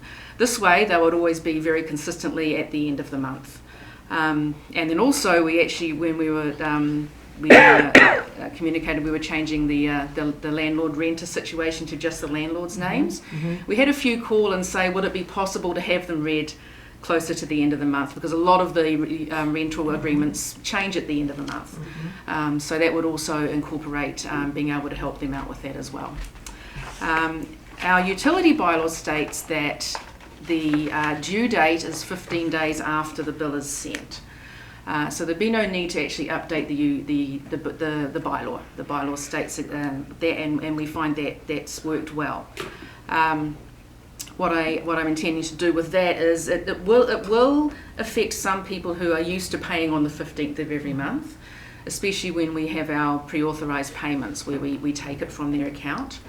They may have been used to that coming out on that day. It would now move more to like the 20th of the month. So I'm wanting to spend the next couple of months communicating that out to people, making sure everyone's aware of that, and then implementing this change on the first read of 2020, which would be the last day of January in 2020. So I just want to bring that forward for feedback and any comments from council. Thank you. Yes, Councillor Shernat. If I understand it right now, it's taking 1 week to read from the 21st to the 27th. Through the chair. It's not taking that time. In the old days, we had old meters. It used to take a long time and it was very, very jumbled. But now we actually have new meters that can be read on one day. So how much? But it's just one of those days is picked. So that's why we're getting that spread. 1 month it might be read on the 21st, the next month it's read on the 27th. So Okay, it's splitting the amount of time between those reads. Okay, but then my question is, how long does it, I know we're electronic, how long does it take to read all the meters in town? I'm not exactly sure myself, but I know it is within a day. Yeah, less than 1 day. Yeah. Oh, so we can do Yes. it 1 day, because I'm looking a week, it really doesn't matter, but if we can do it in 1 day, that we- makes sense. The other yes. way I thought it's a week, who cares? Yeah, and that's why we're saying the utility department can then plan all of their workload way into the future, knowing that that day is the day they'll be doing their reads. So if we move it to the second last day or last day of the month. The last day of the month, Right, the last so working day of the month. The last working working day, day, yes. so technically speaking, with the new electronic system, we can read the entire Yes. town in 1 day. Yes, Okay. we can. Then I don't have a question. Yes, we can. Thanks. Yes, Councillor Sorensen. I think this makes way too much sense not to. Please proceed. Yes, Councillor Curry. I second what Councillor Sorensen said. Yes. Same thing? Yes, yeah, I agree. I agree, but this is actually a concern that's kind of been on the back of my mind. Why is it only 15 days to pay a utility bill within the town of Edson? Most providers of services are about 20 to 30 days. I find 15 days is pretty quick turnaround for some people, especially if you're on vacation and that sort of thing. Sure, through the chair to Yes, that's to right. the mayor. Yes. We can certainly look into that and look and see what the other municipalities are doing. We did not do this for this exercise, but we can always look at that and bring that back for a change to the bylaw if we're finding that that's not really sort of the usual practice or best practice for that. And just if I may follow up, Mhm. I think this is a simple thing that we can do to help our residents out, especially with some of our residents experiencing some difficult times where it might help their cash flow a little bit. If we can extend that out somewhere between 20 and 30 days. May not make a world of difference, but to us as a municipality, but I think it could have an impact to residents, and I think that would be a positive thing. Yes, Councillor Schneider. Oh, yeah. She was before me. I was hiding her. So, But Councillor Curry then. go ahead. I was Thank you. I guess just, I'd love to see that information. Included in that though, before we move forward with changing things and such, do we have a common issue with late fees? Like those being paid late? Through the chair, it's a consistent. It's not really that we always have some that are late. There is a portion of the MGA that where some people, if your utilities aren't paid after a certain amount of time, they roll over to your taxes. Some people choose to do that. But then when they haven't paid up to a certain amount, I think it's 90 days, it rolls over onto their taxes. So that is considered late payment because we have penalties will apply on those. But some people actually choose to do that rather than pay their utilities. Some pay on time, some pay a little late. A lot of obviously, if you sign up for the pre-authorised payment, it's always on time. So it can vary. Okay. Yeah, but from year to year, we're seeing a consistent amount of that. Councillor Schneider. Okay, so then to a two-part question, if you're expected to pay within 15 days of receiving the bill, so on the 16th day you start paying late charges, is that correct? That is correct. So then I would have to agree with the mayor, since we have the power to charge against taxes, then I would also say it should be 30 days. Most bills, utility bills that I'm thinking of, any, it's usually 30 days is the due date. So without checking out the communities, I'm saying why doesn't Edson lead the way? Let's change it to 30 days like most other bills. Because we have the power. If you don't pay it, we can put it against your taxes. Councillor Sorensen. Yeah, through the chair to administration, I agree. A lot of people get paid every 2 weeks, and then checks take a couple days to clear. There could be some tight timelines having 15 days to pay if it falls on the wrong date. So I would agree that it makes a lot more sense to have a 30-day or close to a month before late fees kick in. Okay, and I agree with the changes. I just hope you make all the changes at one time and notify people. Like, communication's going to be the key, because some people, as you say, think the bill's coming out on a certain day, and this way we really need to communicate. Certainly, this will give us around 3 months worth of information we can put into utility bills that get sent out for people to know. If we're looking at changing those dates, I can look at bringing that bylaw to council, because that would have to have a change before we go ahead with that. But that would be great. Thank you very much for this bit. We should just notify the bill, it's being changed. All right, next, Community and Protective Services, National Tree Day. I thought we cut that for you. Whose idea was it? Well, thanks for the opportunity.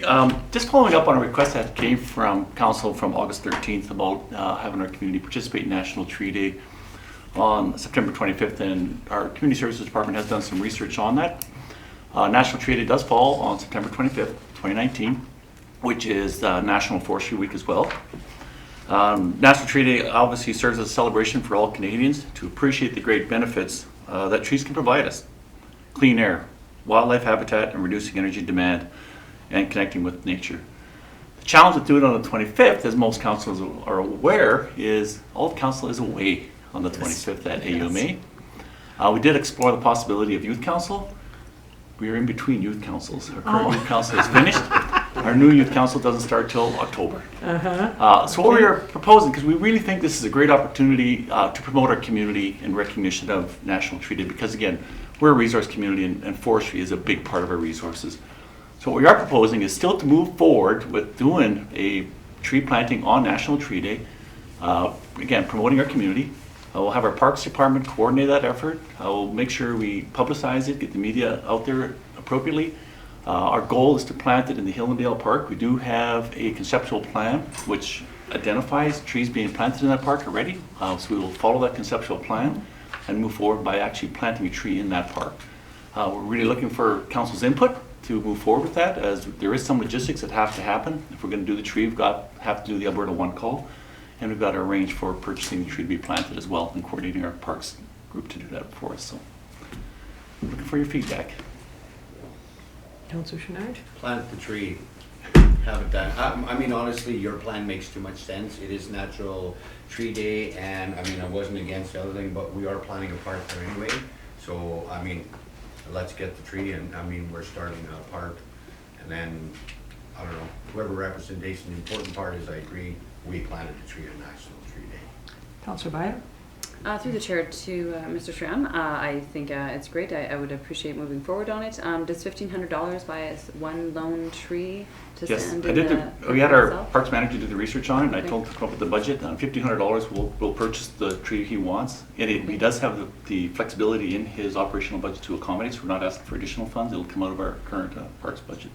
Yeah, I would say, if I just may add to that, tree costs are very, very, very variable in terms of the size of the tree, and I don't want to speak for Mr. Davison, our parks manager, but I'm assuming he tried to pick a tree that would have a good chance of surviving, because you can get saplings or really teeny tiny trees for virtually no cost, but their surviving rate can be a challenge, and so it'd be I think probably a measure between cost and then also a mature enough tree that we hope to see it thrive. Councillor Sorensen? Yeah, through the chair to administration, I'm in full support of this. I'm wondering if it would be worthwhile or useful to open up the invitation to Alberta Agriculture and Forestry representatives or Weyerhaeuser representatives, or junior forest wardens or something like that. Maybe they might be interested. Yep, by all means, we will reach out to those groups at your request, and just to be sure that they have the opportunity to participate in that event as well. So, I'm just thinking possibly Weyerhaeuser or West Fraser would like to donate that tree. They only have saplings. No, they have money. Go ahead, Councillor Curry. I support this. And full disclosure, I know nothing about trees. I know that it's National Tree Day, but is that the best time for us to be planting trees for survival in our area?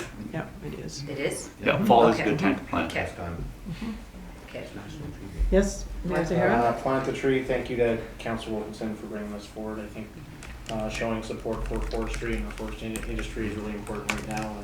And they're actually having their AFPA conference in Jasper that weekend as well. So I think it ties in really nicely. Well, thank you. I just wanted to see if we could do those notices of motions, so go ahead. Now we can. And really, Mr. Schramm, thank you so much for going ahead with this. I really appreciate it. Thank you. Oh, you had a question. I'm sorry, If Jean. you do bring those VIPs out, make sure they stop by our famous squirrel that is working across the world. But I like your idea of disclosing Weyerhaeuser, and I believe they are, so maybe we can get the proper minister in Weyerhaeuser and West Fraser, since they just celebrated planting their 300 million tree. So that would be a good thing for them to have. I just want to highlight Hillendale so they all buy a lot there. There's always high hope. Okay, if there's no other questions, thank you. Really appreciate it. Is the next one yours as well? It is. All right, thank you. The next thing we're bringing forward is our Citizens on Patrol are a great organization within our community. We do have our president in attendance as well. One of the things that has been a challenge for this group is the RCMP have moved to what's called the AFRAX radio system, which is the provincial-wide radio system. With that new radio system, they have created some securities for them, basically saying in the past, our Citizens on Patrol and other users had the ability to communicate directly with their RCMP. Moving to this provincial radio network system, the RCMP have a very secured radio system now, which doesn't allow other users into it, which is a very positive for our RCMP, because again, it's secured, it's digital, and people aren't going to be able to scan it. But it did create some challenges for our groups like the Citizens on Patrol to be able to get a hold of their RCMP officers should they need to while they're out doing their work. So we did have that discussion. One of the options that they're presenting is the purchase of what's called Sonum devices. I believe they're similar to a cell phone. And basically what we would do is our citizens on patrol would have these, and an RCMP officer on shift would have one of these, so they could create that communication between these two groups, which is very critical.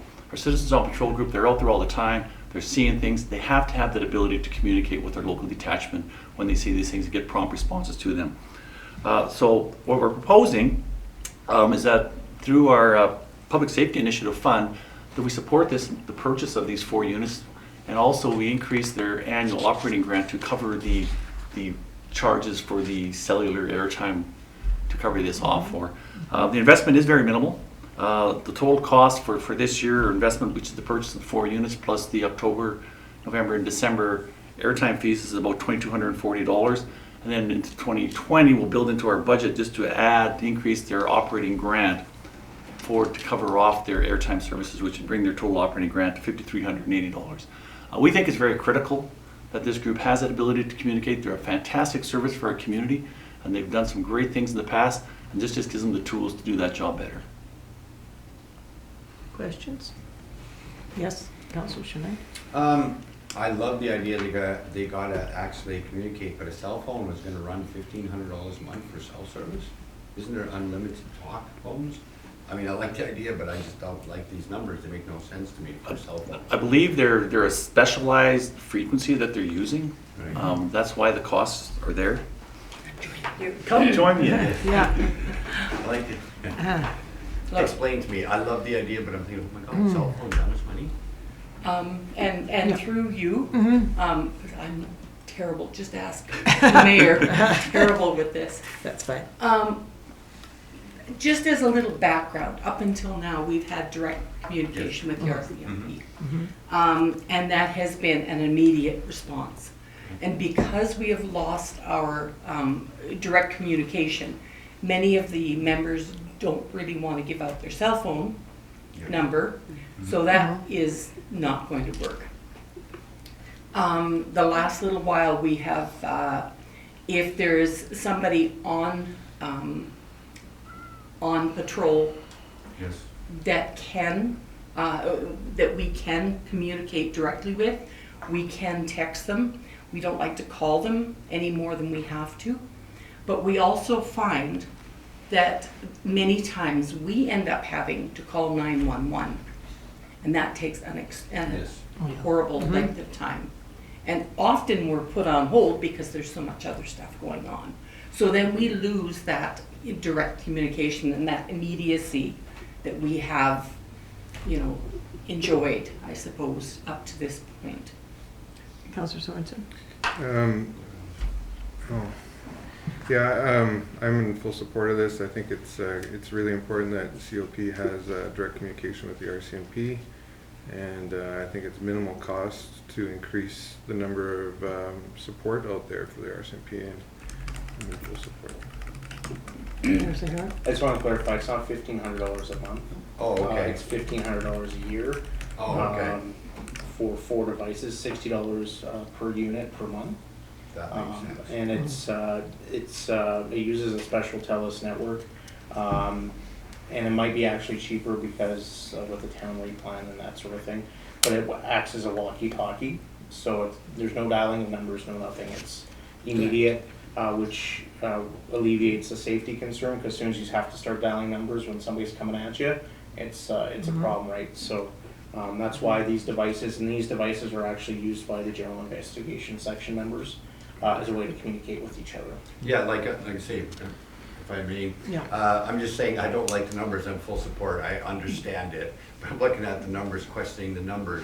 But now I get explanation that makes more sense. But the numbers make no sense. Full support. I agree. When you're out there, you need to respond now, because you guys are out. Your safety's at risk. Plus, the quicker you can react, they can respond, and then you can apprehend or do what you have to do. Councillor Byron? Through the chair to Julie and Mr. Schramm, I'm also in full support of this. I think any way we can support our nonprofit agencies and groups that do good things for our community, then I think that's a good role to take. So I think this is Councillor Curry? I'm also in full support, and I think that this goes along with what Staff Sergeant King had said in his presentation on the importance of COP and organizations like that helping with our rural crime issue that we have. So thank you for helping that and doing that. And I just couldn't be more pleased to support this. I think it's absolutely imperative that you're going out there, volunteering your time, and then you can't communicate. It wouldn't be very effective at all. So it needs to be effective because it really is helpful to all of us. And thank you for volunteering. And Kevin as well. Thank you. Yes? Just in closing, this type of purchase really falls in with our mandate of our Public Safety Initiative Fund. Anyway, that's what we created for it. It just makes so much sense to fund it through that. Good. All right. So we'll give you the golden buzzer. Okay, yes. Thank you, and thank you for the presentation. Thank you. Thank you. All right, and our next is the West Haven Trail. That must be you. I guess not Miss Shat, Miss. Yeah, me last. Right. All right, well, thank you for having me. I'm here on behalf of Eddie's Big Run. We just celebrated our 10th anniversary of our run, and all the funds raised from our run have been going in a reserve, or have been earmarked for trail upgrades. So I'm proposing that we are allowed to withdraw $11,000 from our Eddie's Big Run reserve to do an upgrade on the trail in West Haven. So this trail, I know there's a picture in your package, it's just kind of a bunny trail right now, and we want to upgrade it so it's an actual legit gravel trail. It's part of our 10-kilometer run, so when people do that run, often they pop out of the trees and they're like, okay, where is this trail? It's kind of unclear, so we just want to make it more of an established part of the trail system. Any questions? Councillor Sorensen. I use this trail a lot. It's near my house, and in the winters particularly, it becomes nothing, like just footsteps through the snow. Would it? A couple of questions. Would it be maintained in the winter if it was gravel? And secondly, if my memory serves me, it just ends at the street. There's no sidewalk there for it to end on. So I'm worried that it has no connectivity to any other sidewalk, and that a bike could just come off the road or off the trail and right onto the road without any traffic stops or anything there. So the first question through the chair. Yes. I believe that just of our paved trails are cleared, Okay. so I don't think that this one would be cleared in winter. Okay. And then it does pop out onto a bit of a sidewalk, and then it goes, there's a driveway right there, and then it goes around into more of a sidewalk. Oh, to the north side of that? Yeah. I can also add to that. Certainly, if we feel like there's an issue with pedestrians or bikers using that, we can also consider some signage there that would at least add some enhanced visibility. Great. Councillor Byer? Through the chair to administration, thanks for bringing this forward. I think the trails have been, since I've been living in Edson, the trails have been used by an increased amount, and I think the Eddie's Big Run was one of those catalysts that helped encourage our trail usage. And further to Councillor Sorensen's point about people kind of being confused, I also live in that area and see people going not the right way, and then they like run back. So it's kind of I think there's a common common that people just don't know where the trail goes and to kind of connect up to 13th Ave because it's kind of a little bit of a jagged, turning right. But I mean, it's certainly not the end of the world. But if we were going to do any signage, perhaps that would be something to include. That's all. Councillor Chanot? I'm in full support of you taking money over because that was part of Eddie's Big Run, and I can't believe it's 10 years already, but yeah, go ahead, take the money. And then just to comment on snow, maybe we should look into if it's a common trail, who's to say we can't clear the snow on a gravel path? Because the walking trails, I believe, get used year round. So, we're not only doing that, since we're off topic, let's clean that snow too. Keeps people walking. Councillor Curry? I'm also in full support of this, and I think it goes along with our master trail plan where we eventually plan to have it all trailed. And I think this is kind of one of the hidden ones that people don't know about just because it's not officially maintained and such. All right, and I'd like to thank you. I like that description of bunny trail. Yeah. That's cute. So thanks for your presentation. I definitely am in support of this, and I'd just like to say thank you for that 10 years of Eddie's Big Run. That's really quite something done by volunteers, so I appreciate it. Thank you. Thank you. Okay, you're off the hook. All right, now, no committee reports. We just have questions from the media and public regarding items that were discussed at this committee as a whole meeting. No questions? Anybody in the gallery, any questions? No? All right, then, I would like someone to make a motion that council move into a closed session in accordance with section 17(1) and 4F of the Freedom of Information and Protection of Freedom Act. Madam Chair, may I just suggest if there is going to be a recess, that we just have the recess prior to going in camera? Well, I don't know. Yeah, sure. At your Go discretion. for it, quickly. The sooner we can get here, the better, but go ahead. Have a little recess. So 5 minute recess, your discretion, 5 minute No, recess? 5 minutes, max. 7, it depends. No, you smoke.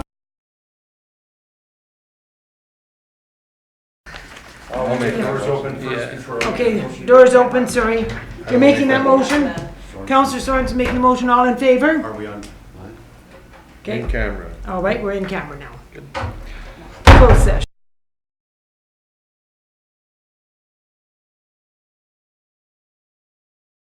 I'll entertain a motion to adjourn. Yeah. Councillor Schwenard. And can I apologize for setting no record for a meeting? Almost. 9:46. All in favor? For those, I